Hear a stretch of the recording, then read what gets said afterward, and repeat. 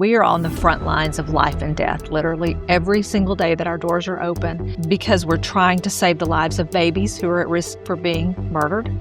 And we're hoping to save the souls of the women and men who are walking through our doors. Do you know how many women you've helped? Thousands. Wow. Over 20,000 first-time clients. Return visits over 80,000. Ready to roll? Yep. All right. Real Texan. Why should this matter to Real Texans?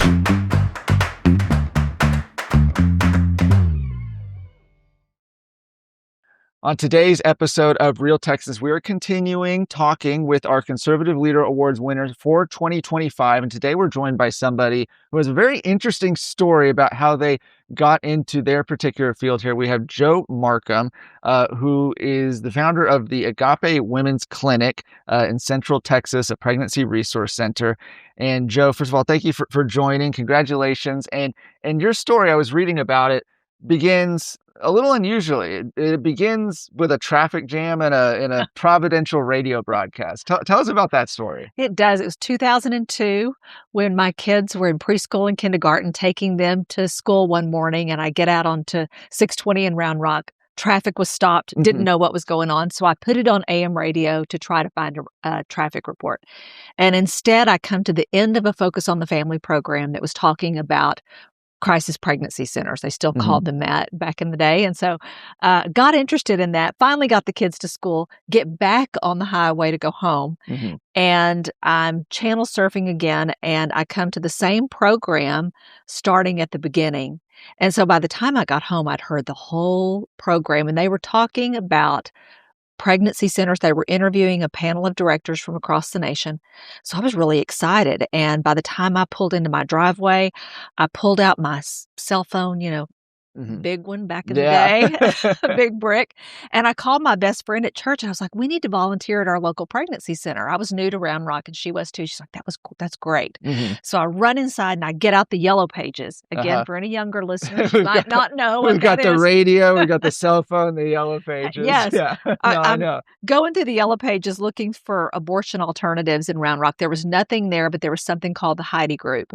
And I'd never heard of that. So I called my pastor and it's like, Brother Gary, have you ever heard of the Heidi Group? He's like, I have no idea who they are, but call and check them out. If they're good, you guys go volunteer away. So I called the Heidi Group. And all this happens in like 2 hours that morning. I called the Heidi Group and the receptionist picked up the phone. I told her what I just heard on the radio. I said, we'd love to volunteer if you're a pregnancy center. And she said, I'll have our director call you back as soon as she gets in the office. Like an hour later, this lady calls me back and she said, this is Carol Everett. Did you just hear me on the radio? And so she had pre-recorded that in Colorado Springs a couple of weeks before. And I did not know her, but I knew that this was a God thing. This was the person I just heard on the radio, one of them. And so we went and met with her and learned her story, that she used to run abortion clinics in the Dallas area. And then she became a Christian and started working on the other side of things. So she was working more in the political arena. And so we offered to just help her empty her trash or with mail outs, whatever she needed. And she said, no, I want you to open a pregnancy center in Round Rock. We've been praying for years.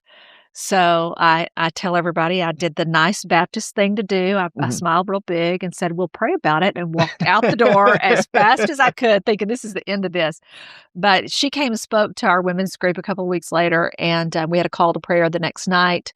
And about 21 ladies came, and we started praying every day for a couple of weeks. And at the end of that time, we polled the group, and we knew it was unanimous. We were supposed to do it.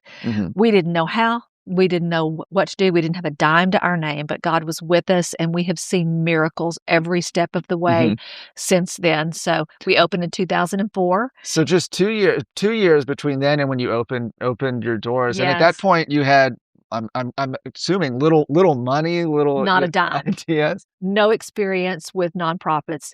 Carol graciously printed out the steps to opening a pregnancy center, and we followed that to a T. She said, give yourself 18 months, and we formed a steering team, and then we started bringing people on from other churches and getting community buy-in. And so 18 months later, we opened our doors. What did the clinic look like in those early days? It was in downtown Round Rock, still the same location in the historic historic district. So it was a small space. And, we opened there, and then we added on to that space in 2010. And then we opened our second clinic in January of this year in Cedar Park. What kind of services do you provide? A lot of people might not know exactly what exactly happens at a pregnancy resource center. Right. A lot. And it is amazing what happens there every day. We are on the front lines of life and death, literally every single day that our doors are open, because we're trying to save the lives of babies who are at risk for being murdered. And we're hoping to save the souls of the women and men who are walking through our doors. And so all of our services are free. And we offer obviously free pregnancy test and ultrasound and nurse visits. And then clients meet with the client advocate to go over all of their options and then talk about community resources. And because the primary reason women are seeking abortion is economic. They feel like they can't afford the baby, or sometimes they're being pressured. So it's really important that we're able to connect them with resources in the community that they might need. And then if the partner is involved, he is invited to make an appointment. We also have men coaches all day, every day, so that they have an appointment at the same time that the woman has her appointment. The guy can be meeting with a coach. And then at the end of the appointment, they come together for the ultrasound, and they have an opportunity to hear the gospel. We ask permission to share the gospel. That's the heart of everything that we do, because that's what's really going to make lasting change for generations.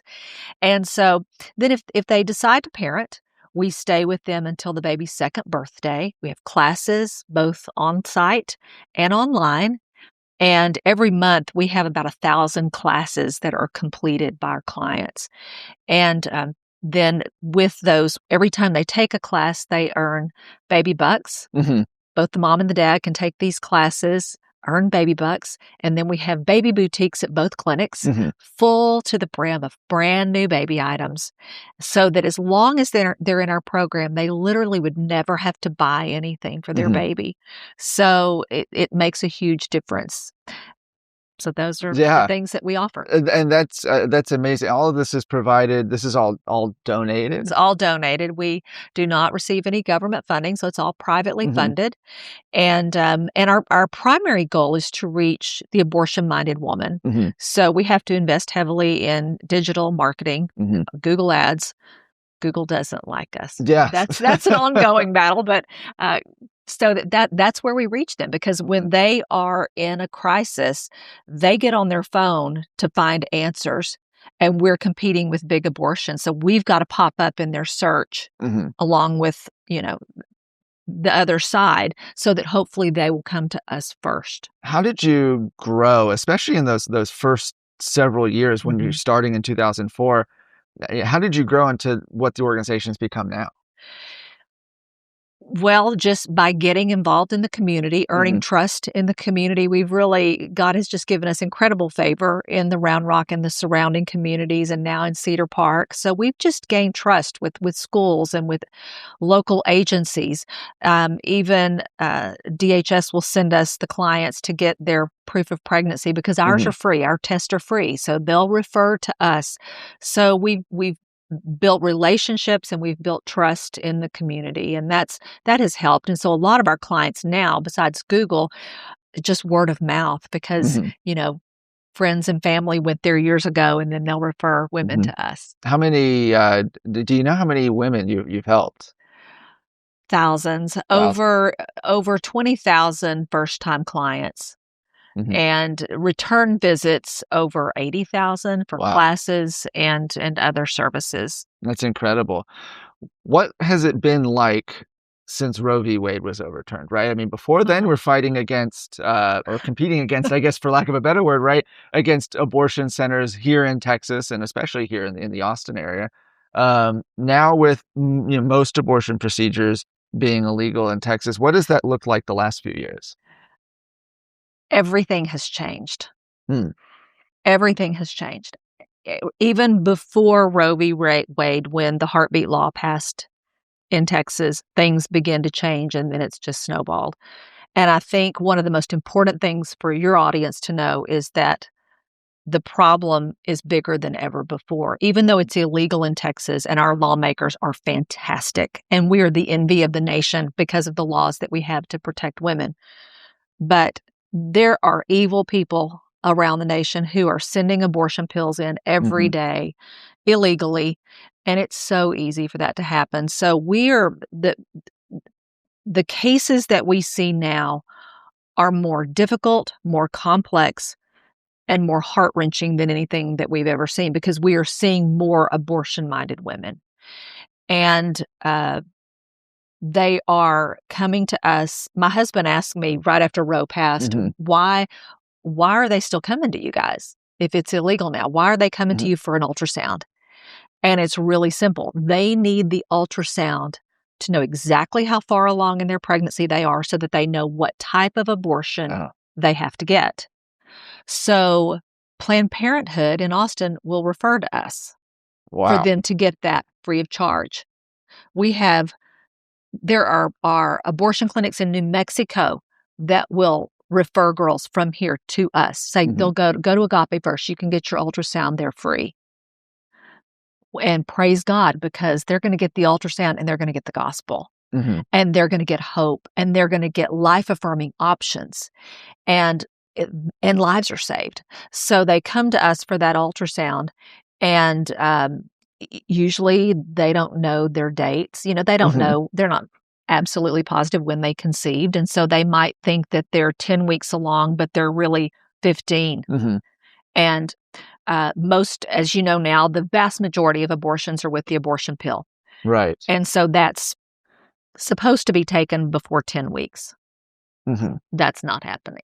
Well, and the abortion pill is ostensibly illegal in Texas, and yet we've seen that mail orders online have been where most people have been getting these. Yes. And we have the girls that come in and they've got the pills in their pocket that they got from a friend at school. They don't know what the pills are, who made them, what's in them, if it's actually what they think it is. I ordered pills year before last, before our annual banquet, because I wanted to show the audience how easy it is to do this. And I can send you the pictures after this if you would like any of this documentation, because I have screenshots of every step of the way. But anyway, I went to a website. I believe it's called PlanC.com. Plan C is kind of the street term for the abortion pill. And I just clicked on one of the very first options to order pills. And it was a website called Private Emma. And I just click on it. I answer a few questions. Obviously, I'm not telling the truth because I'm past childbearing age. I was just answering the questions to get the pills. I click through the questions. I click submit. And it said, congratulations, you've been approved. Check your email. I check my email. I go to the email. I open it up. Congratulations, you've been approved. To protect your privacy, click this link to order a bottle of perfume to protect your privacy. So I click the link. $48, I order a bottle of perfume. So if my dad's checking my credit card bill every month, they think you have just ordered a bottle of perfume. So I click it. I ordered this bottle of perfume. 4 days later, I had pills that came in the mail in a brown envelope from a man in Las Vegas, Nevada. I Google the address, and it's just an empty field next to a strip mall center. I open it up, and there's a package of pills. No instructions, nothing, just pills. And then on that website, another thing is that I clicked a link. It said, click here for instructions on how to take the pills. I click the link, and it says that 404 page not found. These people don't care about women's health. And who knows what those pills are? I've got them in my desk at work. And we see every day the absolute devastation these pills are causing women. And it is infuriating, and it's sickening, and it is so unfair to women. If people cared about women's health, they wouldn't give this to their dog. And I don't know if you know how they work. Not the technical. It's important to understand because the abortion clinic is now a woman's bathroom. It's her phone and her bathroom. And so just as a preface to this. I've been doing this for over 20 years and speaking in churches. And every time I go speak, just about every time, I'll have a woman in her 50s, 60s, 70s, 80s come up to me talking about an abortion that they had 50 years ago. And the regret and the shame that they feel from that. They don't get over it. And that's what the other side doesn't tell you. It's not just the physical harm that can happen. It is the mental that stays with these women. So these are women that went to an abortion clinic in a somewhat sterile environment, covered up with a drape. They didn't see what happened.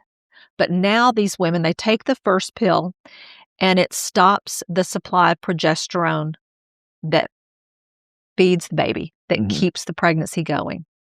Stops the supply, so the baby starts to die. And then a day or two later, they take the second set of pills that causes her to start having contractions. And then she has the abortion in her bathroom. So these women see a baby. That's traumatic. The trauma, you cannot fathom the trauma that these women face. Now, if it's really, really, really early, it might just look like a blood clot.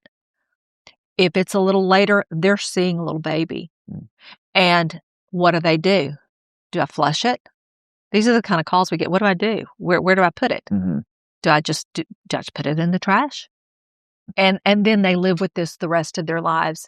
And it is, and those, and the other side, when these women are going in, they're either online or they're going out of state to get the pills legally. They're not told that. They're just told it's safer than Tylenol, which we now know is a lie. And they're told it'll just be, a little cramping, a little bleeding.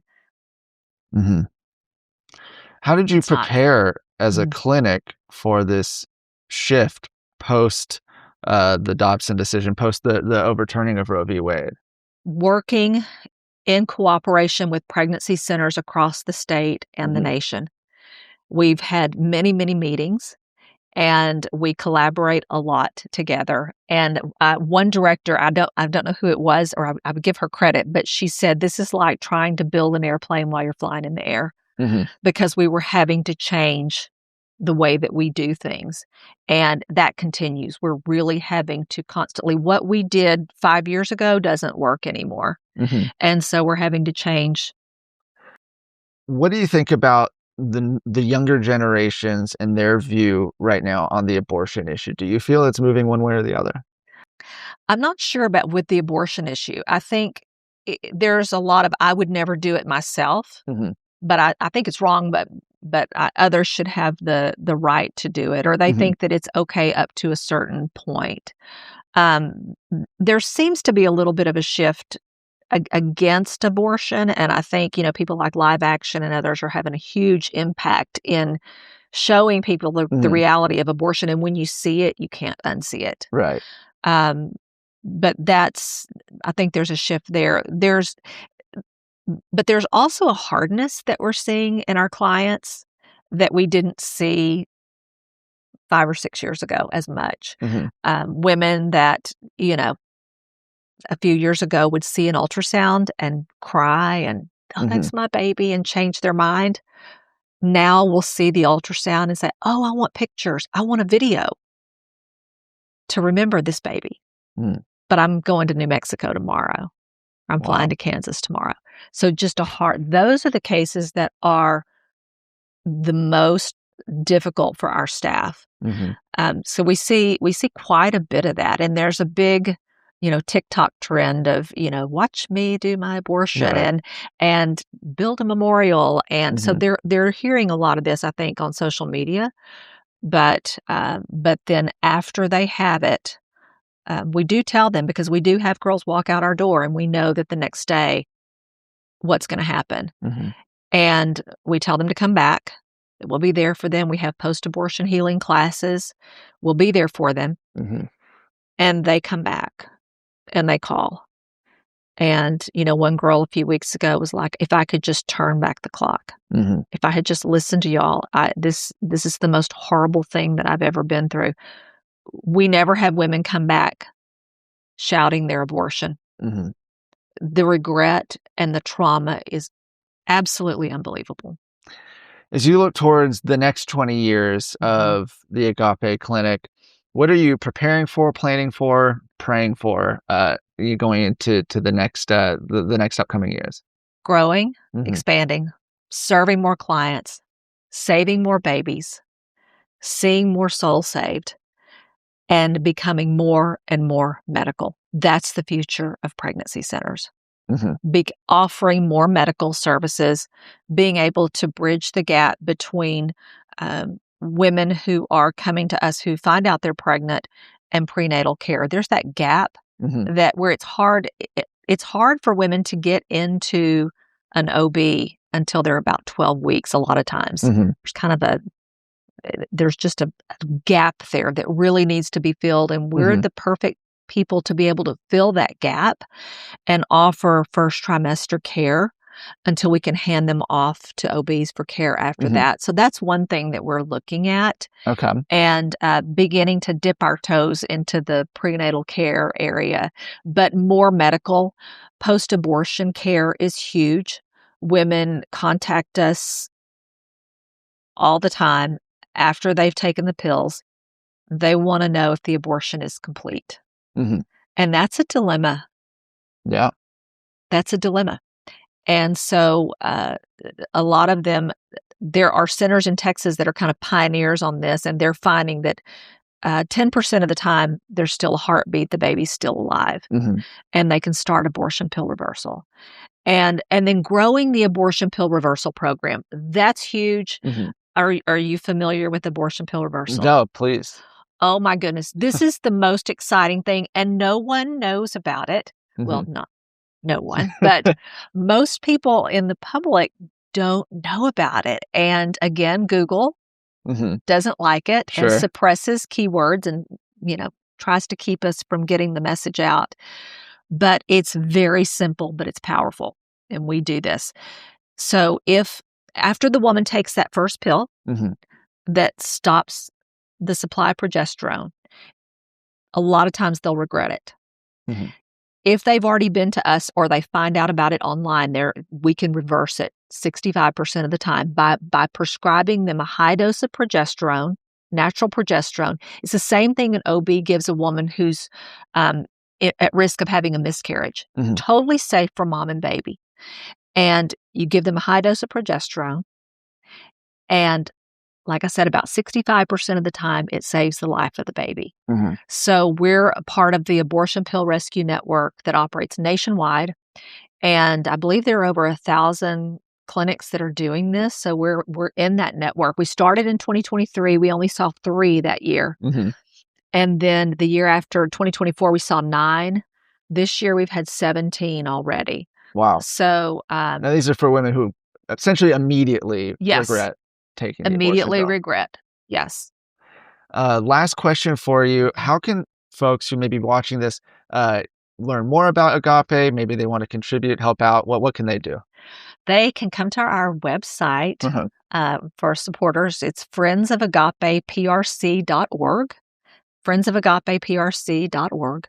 There's information on everything that we do, how to volunteer, how to give, how to get involved with us. Excellent. Jo Markham, thank you so much for joining us. Thank you for having me. And thank you for watching this episode of Real Texans.